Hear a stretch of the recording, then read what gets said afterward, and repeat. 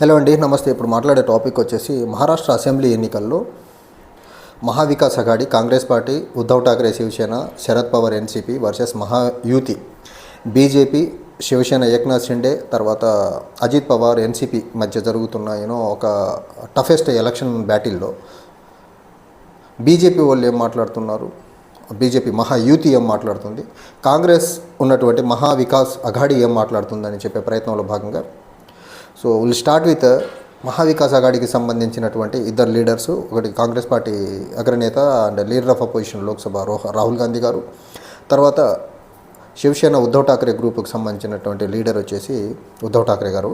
వీళ్ళిద్దరు మాట్లాడుతున్న ప్రధాన అంశాలు ఏంటంటే, మొన్న రాహుల్ గాంధీ గారు మాట్లాడతాం మహిళలకు ఫ్రీ బస్సు, 25 lakhs వరకు ఉచిత వైద్యం ఈవెన్ కార్పొరేట్ హాస్పిటల్స్లో కూడా, అండ్ సోయా రైతులకి క్వింటల్కి 7,000 రూపాయలు ఇస్తాం, రైతుకు 3 లక్షల రూపాయలు రుణమాఫీ చేస్తాం, రైతులు ఇన్ టైంలో తీసుకున్న రుణం కానీ మళ్ళీ రీపే చేయగలిగితే 50,000 రూపాయలు ఇన్సెంటివ్ మహావికాస్ అఘాడీ ప్రభుత్వంలోకి వస్తే చేయగలుగుతుంది.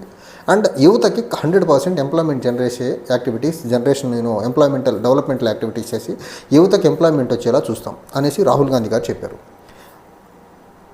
సేమ్ అదే లైన్ మీద ఉద్ధవ్ ఠాక్రే గారు మాట్లాడుతూ చాలా క్లియర్గా చెప్పారు, ఏ ప్రాంతాల్లో ఎలాంటి ఇండస్ట్రీస్ పెడతామని చెప్పే ప్రయత్నం ఉద్ధవ్ ఠాక్రే గారు చెప్పారు. అండ్ ఉద్ధవ్ ఠాక్రే గారు ఈ మహావికాస్ అఘాడీకి సంబంధించినటువంటి పార్టీలు శివసేన ఉద్ధవ్ ఠాక్రే అవనివ్వండి, లేకపోతే ఎన్సీపీ శరద్ పవార్ అవనివ్వండి, కాంగ్రెస్ పార్టీ కలిసి మేము సెకండ్ ఎలక్షన్ ఫేస్ చేయబోతున్నాం. ఇది ఫస్ట్ లోక్సభలో చూశారు, లోక్సభలో మెజారిటీ స్థానాలు మేమే గెలుచుకున్నాము, ఇది మా కాంబినేషన్లో సెకండ్ ఎలక్షన్ ఫేస్ చేయబోతాం. అండ్ మా మెయిన్ ఇష్యూస్ వచ్చేసి ఆయన చెప్పింది ఏంటంటే ఇన్ఫ్లేషన్, తర్వాత అన్ఎంప్లాయ్మెంట్, తర్వాత కనీస మద్దతు రైతులకి రైతు రుణమాఫీ, తర్వాత గుజరాత్ ప్రాంతానికి వెళ్తున్నటువంటి ఇండస్ట్రీస్ని వెళ్లకుండా మహారాష్ట్రలోనే పెట్టించి మహారాష్ట్ర యువతకి ఎంప్లాయ్మెంట్ ఇచ్చే ప్రయత్నం చేస్తామనేసి ఉద్ధవ్ ఠాక్రే గారు చెప్పే ప్రయత్నం చేస్తున్నారు. అండ్ రాహుల్ గాంధీ గారు తర్వాత ఉద్ధవ్ ఠాక్రే గారు ఎలక్షన్ ర్యాలీస్లో చాలా క్లియర్గా ఓన్లీ డెవలప్మెంటల్ ఇష్యూస్, అక్కడ ప్రజలు ఫేస్ చేస్తున్న ఇష్యూస్, బీట్ అన్ఎంప్లాయ్మెంట్ ఇష్యూ అవనివ్వండి, అగ్రికల్చర్ డిస్ట్రెస్ అవనివ్వండి, లేకపోతే ఇన్ఫ్లేషన్ అవనివ్వండి, లేకపోతే మహారాష్ట్రకి రావాల్సిన కంపెనీస్ అన్నీ గుజరాత్కి ఎలా వెళ్ళిపోతున్నాయి, అండ్ ఈ గుజరాత్ కంపెనీ వెళ్ళడానికి సెంటర్లో ఉన్న బీజేపీ నరేంద్ర మోదీ ఎలా సపోర్ట్ చేస్తున్నారు, ఇక్కడ పపెట్ ముఖ్యమంత్రిగా మహారాష్ట్రలో పపెట్ ముఖ్యమంత్రిగా ఉన్నటువంటి ఏక్నాథ్ షిండే ఆ కంపెనీస్ అన్నీ సరదాగా గుజరాత్కి ఎలా పంపించేస్తున్నాడు, బీజేపీ గుజరాతీలు ఏజెంట్గా ఎలా పనిచేస్తున్నారు అనేసి ఏక్నాథ్ షిండే చాలా క్లియర్గా చెప్పే ప్రయత్నం అయితే చేస్తున్నారు. అండ్ ఏక్నాథ్ షిండే ఇంకో ఛాలెంజ్ కూడా ఉద్ధవ్ ఠాక్రే చెప్పే ప్రయత్నం చేశారు. అండ్ ఉద్ధవ్ ఠాక్రే ఇంకో ఛాలెంజ్ కూడా, శివసేన పార్టీ మా నాన్న పెట్టాడు, మా నాన్న బొమ్మని వాళ్ళు ఎవరు వాడుకునేదానికి అనుకోండి. నిజమే కదా. బాల్ ఠాక్రే అనే వ్యక్తి ఉద్ధవ్ ఠాక్రే వాళ్ళ నాన్న. శివసేన పార్టీ పెట్టింది బాల్ ఠాక్రే. ఆ పార్టీ గురించి ఎవరికైనా ఏదన్నా ఉంది అంటే బాల్ ఠాక్రేకి ఉంటుంది, ఉద్ధవ్ ఠాక్రేకి ఉంటుంది. బాల్ ఠాక్రే బొమ్మను వాడుకోవాలన్నా, పార్టీని వాడుకోవాలన్నా, పార్టీని దొంగతనం చేసి రాత్రికి రాత్రి కోట్ల రూపాయలకు అమ్ముడుపోయిన వాళ్ళు మళ్ళీ బాలాసాహెబ్ ఠాక్రే గారి బొమ్మను వాడుకొని ఎలక్షన్ చేయడం శోచనీయం. ఏక్నాథ్ షిండే గారికి నిజంగా దమ్ము ఉంటే ఏక్నాథ్ షిండే వాళ్ళ నాన్న బొమ్మ పెట్టుకొని ఎలక్షన్ చేయమనండి. నరేంద్ర మోదీకి నిజంగా గట్స్ ఉంటే మహారాష్ట్రలో ఎన్నికలు చేసేదానికి బాల్ ఠాక్రే గారి బొమ్మ వాడకుండా, బాల్ ఠాక్రే గారి ఇమేజ్ని వాడుకోకుండా బీజేపీ నరేంద్ర మోదీ ఇమేజ్ మీద ఎలక్షన్ చేయమనండి అని ఉద్ధవ్ ఠాక్రే గారు వెరీ ఫెయిర్ ఛాలెంజ్ విసురుతున్నారు. దాన్ని బీజేపీ ఆ ఛాలెంజ్ని తీసుకునే దానికైతే విల్లింగ్గా లేదు. తర్వాత ఇంకొక మాట ఆయన చెప్పింది ఏంటంటే, లవ్ జిహాద్ అన్నట్టు ఓట్ జిహాద్ అనే ఒక కొత్త వాదంతో బీజేపీ వాళ్ళు మహారాష్ట్రలో వచ్చారు. పర్టికులర్లీ దేవేంద్ర ఫడ్నవీస్ వచ్చారు ఓట్ జిహాద్ అనే కాన్సెప్ట్తో. ఇప్పుడు లవ్ జిహాద్ అంటారు, ఓట్ జిహాద్ అంటారు. ఇదే బీజేపీ మెహబూబా ముఫ్తీని గవర్నమెంట్ జమ్మూ కాశ్మీర్లో పీడీపీతో పొత్తు పెట్టుకొని సయ్యద్ మెహబూబా ముఫ్తీతో పొత్తు పెట్టుకొని ఆయన్ని ముఖ్యమంత్రిని చేశారు. ఆయన చనిపోయిన తర్వాత వాళ్ళ కూతురు అయినటువంటి మెహబూబా ముఫ్తీతో పొత్తు పెట్టుకొని పోటీ చేశారు. నరేంద్ర మోదీ సాక్షాత్గా పాకిస్తాన్ వెళ్ళి నవాజ్ షరీఫ్ని హక్ చేసుకొని వాళ్ళ ఇంట్లో బిర్యానీ తిని వచ్చేస్తాడు. వీళ్ళు రాజకీయాలు చేసేటప్పుడు మాత్రం హిందూ ముస్లిం డిఫరెన్స్ రాదు. వేరే పార్టీలు రాజకీయాలు చేస్తే హిందూ ముస్లిం అనే డిఫరెన్స్ వస్తుందా?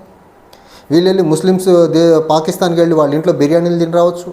జమ్మూ కాశ్మీర్లో సపరేటిస్ట్ పార్టీ అయినటువంటి పీడీపీతో వీళ్ళు గవర్నమెంట్ ఫామ్ చేయొచ్చు. ఎంఐఎంని ఎక్కడ అవసరానికి ఎలా ఉపయోగపడితే వాళ్ళు అలా వాడుకోవచ్చు. కానీ కాంగ్రెస్ పార్టీ అవనివ్వండి, ఎన్సీపీ అవనివ్వండి, శివసేన ఉద్ధవ్ ఠాక్రే వీళ్ళు రాజకీయాలు చేస్తే మాత్రం ఓటు జిహాద్ అనే కొత్త కాన్సెప్ట్ తీసుకొచ్చి ప్రజల్ని కన్ఫ్యూజ్ చేసే ప్రయత్నం చేస్తున్నారు. బట్ మహారాష్ట్ర ప్రజలు చాలా క్లియర్గా ఉన్నారు. నేను నా ఫ్రెండ్స్తో మాట్లాడే ప్రయత్నం చేస్తున్నాను. బీజేపీకి ఫిట్టింగ్ ట్రిబ్యూట్ అయితే ఇవ్వబోతున్నారు, ఫిట్టింగ్ రిప్లై ఇవ్వబోతున్నారు. రాజకీయంగా వాళ్ళు ఆడుతున్న వికృత క్రీడకి మాత్రం ప్రజలు సమాధానం చెప్పేదానికైతే రెడీగా ఉన్నారు. And Congress party, NCP, Sharad Pawar, Uddhav Thackeray వాళ్ళు డెవలప్మెంట్ గురించి, అన్ఎంప్లాయ్మెంట్ గురించి, ఇన్ఫ్లేషన్ గురించి, వెల్ఫేర్ గురించి మాట్లాడుతూ ఉంటే ఇన్ రిటర్న్ బీజేపీ వాళ్ళు మాట్లాడే మాటలు బటెంగేతో కటెంగే, ఔరంగజేబ్ ఫ్రెండ్ గ్రూప్, పాకిస్తాన్, ఇలాంటి ఆర్టికల్ 370, ఇన్ఫిల్ట్రేషన్, ఇలాంటి మాటలు మాట్లాడుతున్నారు. మహారాష్ట్ర అసెంబ్లీ ఎన్నికలకి అసలు సంబంధం లేని అంశాలు. బటెంగేతో కటెంగే అంట. ఉద్ధవ్ ఠాక్రే గారు దీనికి సమాధానం చెప్పారు. నేను ముఖ్యమంత్రిగా ఉన్నప్పుడు మహారాష్ట్ర చాలా సేఫ్గా ఉంది. అదే టైంలో ఢిల్లీలో వీళ్ళు రూల్ చేస్తున్న దగ్గర సిఏఏ, ఎన్ఆర్సీ ప్రొటెస్ట్ జరిగినప్పుడు దగ్గరగా 2500 మందిని చంపేశారు. అక్కడ నరుక్కున్నారు జనాలు. ఢిల్లీలో ప్రధానమంత్రి నరేంద్ర మోదీగా ఉన్నారు. అండ్ ఢిల్లీలో లా అండ్ ఆర్డర్ కంప్లీట్గా home ministry of India Amit Shah చేతిలో ఉంటుంది. ఈయన హోంమంత్రిగా ఉండి నరేంద్ర మోదీ ప్రధానమంత్రిగా ఉన్న దగ్గర అక్కడ జరిగిన అల్లర్లు, సిఏఏ, ఎన్ఆర్సీ ప్రొటెస్ట్ జరిగిన క్రమంలో అక్కడ తన్నుకు చచ్చారు జనాలు. వీళ్ళు ఉండే దగ్గరే గొడవలు జరుగుతున్నాయి. గుజరాత్ అల్లర్లు అవనివ్వండి, రామ మందిరం ఇష్యూ అవనివ్వండి. బీజేపీ ఎక్కడుంటే అక్కడ మత కల్లోలాలు రెచ్చగొడుతుంది. అది ఉద్ధవ్ ఠాక్రే గారు చాలా క్లియర్గా ఎక్స్పోజ్ చేసే ప్రయత్నం చేశారు. ఓటు జిహాద్ అనే అంశం వచ్చేసరికి వీళ్ళు మెహబూబా ముఫ్తీతో ఎలా పొత్తు పెట్టుకుంటారు? సయ్యద్ మెహబూబా ముఫ్తీతో పొత్తు పెట్టుకుని ఆయన్ని ముఖ్యమంత్రిని చేశారు. తర్వాత వాళ్ళ కూతుర్ని ముఖ్యమంత్రిని చేశారు. మీరు పాకిస్తాన్ వెళ్ళి నవాజ్ షరీఫ్ ఇంటికి వెళ్ళి హక్ చేసుకుని అంటూ బిర్యానీ తిని వస్తారు. మీరు చేస్తే తప్పు కాంది వేరే పార్టీలు చేస్తే తప్పు ఎలా అవుతుంది అని చెప్పే ప్రయత్నం చాలా క్లియర్గా చెప్పారు. అండ్ ఇప్పుడు మహారాష్ట్రలో ఉన్న సంకట పరిస్థితి ఏంటి అంటే, మహారాష్ట్రలో అన్ఎంప్లాయ్మెంట్ పీక్స్లో ఉంది.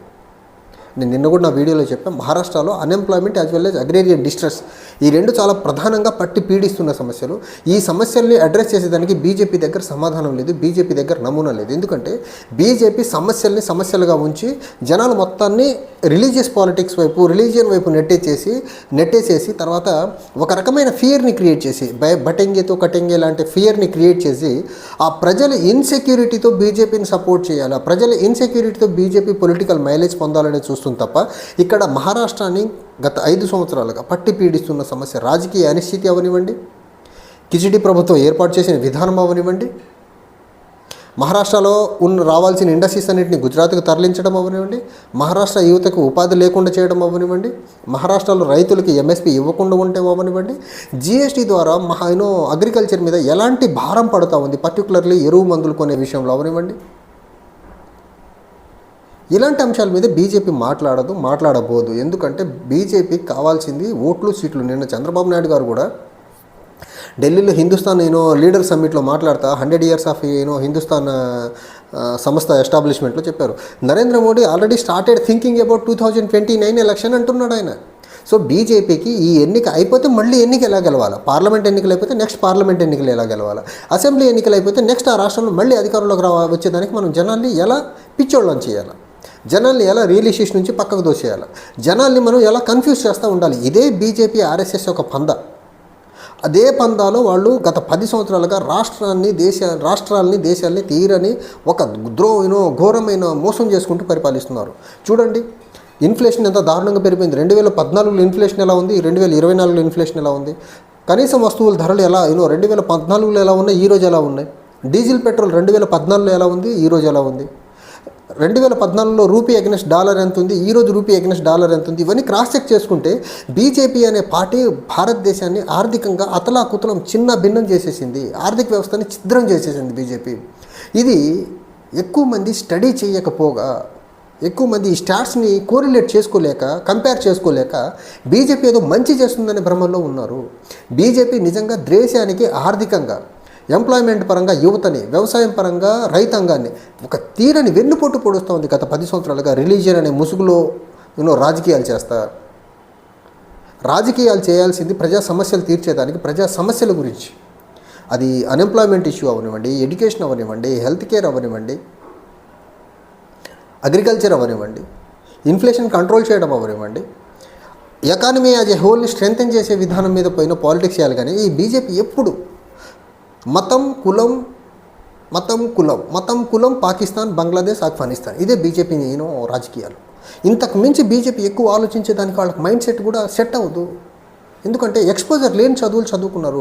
సాక్షాత్ ప్రైమ్ మినిస్టరే ప్రైమరీ స్కూల్ డ్రాప్ అవుట్ అని ఆయనే గుజరాత్ ముఖ్యమంత్రిగా ఉన్నప్పుడు చెప్పుకున్నాడు. ఒక ప్రైమరీ స్కూల్ డ్రాప్ అవుట్ వ్యక్తి దగ్గర నుంచి మనం విజ్డమ్ని ఎలా ఎక్స్పెక్ట్ చేస్తాం చెప్పండి.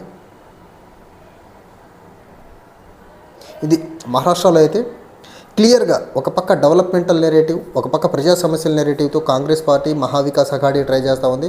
ఇంకో పక్క బటెంగేతో కటెంగే, Aurangzeb friend group, Pakistan India, Hindu Muslim అనే నినాదంతో బీజేపీకి సంబంధించినటువంటి మహాయుతి అయితే ఎలక్షన్ చేస్తూ ఉంది. చూడాలి మహారాష్ట్ర ప్రజలు వాళ్ళ ఉన్న సమస్యల్ని తీర్చేదానికి మహావికాస్ అఘాడీని ఎన్నుకుంటాయా, లేకపోతే ఉన్న సమస్యలను ఇంకా రెట్టింపు చేసుకునేదానికి మహాయుతిని ఎన్నుకుంటాయా అనేది 20వ తారీఖు ఎన్నికల ఓటింగ్ రోజు తెలుస్తూ ఉంది. 23 ఎన్నికల ఫలితాల రోజు ఇంకా క్లియర్గా మహారాష్ట్ర ప్రజలు అభివృద్ధిని, సమస్యలు పరిష్కారం వైపుకి అడుగులేసినట్టు ఓటేశారా, లేకపోతే ఉన్న సమస్యలను ఇంకా రెట్టింపు చేసేదానికి మహాయుతిని ఎన్నుకుంటారనేది 23 మాత్రమే మనం చూడగలం. Thank you.